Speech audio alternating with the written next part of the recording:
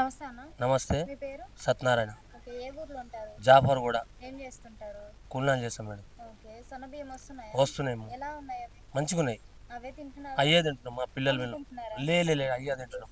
అమ్ముకోవట్లేదుగా? లేదు ముందు ముందు దొడ్డు వచ్చే జర ఆ, ఆ అప్పుడు దొడ్డు అమ్ముకుండేవాళ్ళా? అవి కూడా తినేది మేము. తినేది. ఆ, అవి బాగున్నాయి, ఇవి బాగున్నాయా? ఇవి బాగున్నాయి. ఇవి ఆ బాగున్నాయి. బీపీటీ లెక్కనే ఉన్నాయి. ఆ, 90% మా రేవంత్ రెడ్డి ఉమ్, మంచిగా చేసిండు. మంచిగా చేసి 99% మళ్ళీ 10 గవర్నమెంట్ మాదే వస్తుంది. ఉమ్. ఎవరు చెప్పినా ఏ గవర్నమెంట్ చెప్పినా ఎందుకంత గట్టిగా చెప్తున్నారు? నేను నేను నేను నాకు అంత నమ్మకము. మేము కష్టపడ్డాము, మేము 10 ఏళ్ళు మునిగినాము. ఆ, ఆ, తట్టుకోలేక చేయలేక ఇబ్బంది పెట్టారు. ఉమ్, 99% మళ్ళీ రేవంత్ రెడ్డి ఉమ్. మళ్ళీ 10 ఏళ్ళు గవర్నమెంట్ మాకు రావాలని సంతోషంగా పడుతున్నాను. ఫ్రీ కరెంట్ వస్తుందా మరి? వస్తుంది నాకు.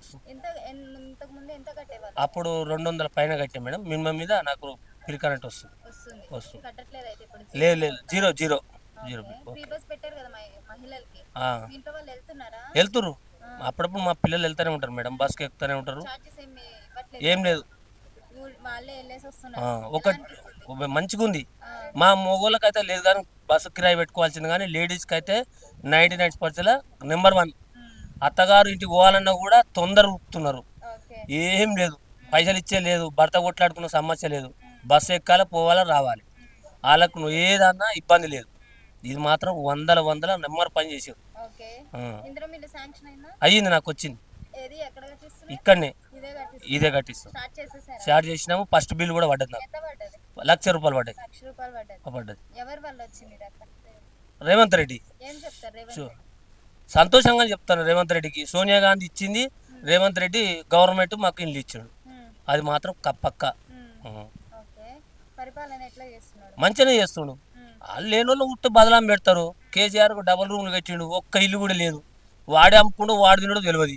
మాకైతే బొమ్మాడికి ఇచ్చేసిండు 5 లక్షలు. సరే, ఇంకో ముందు మనకు సేవ చేసినట్టు అప్పుడు ఇందిరాగాంధీ ఇచ్చిందో ఇప్పుడు మాత్రం ఇచ్చేసాడు. దానికి ఏం లేదు. ఇక ముసలోడు అయిందిగా, ఇంకేళ్ళు వెళ్తాడు. రక్తం చచ్చిపోయింది. ఇక ఆయన పైన అయిపోయింది. ఇక రాడు, అలానే వండుకుంటాడు అంతే. ఇక ఏం రాడు. వాళ్ళు మస్తుగా అంటారమ్మా, పనికిరాక మస్తుగా అంటారు. ఆ ఇబ్బంది ఏం లేదు.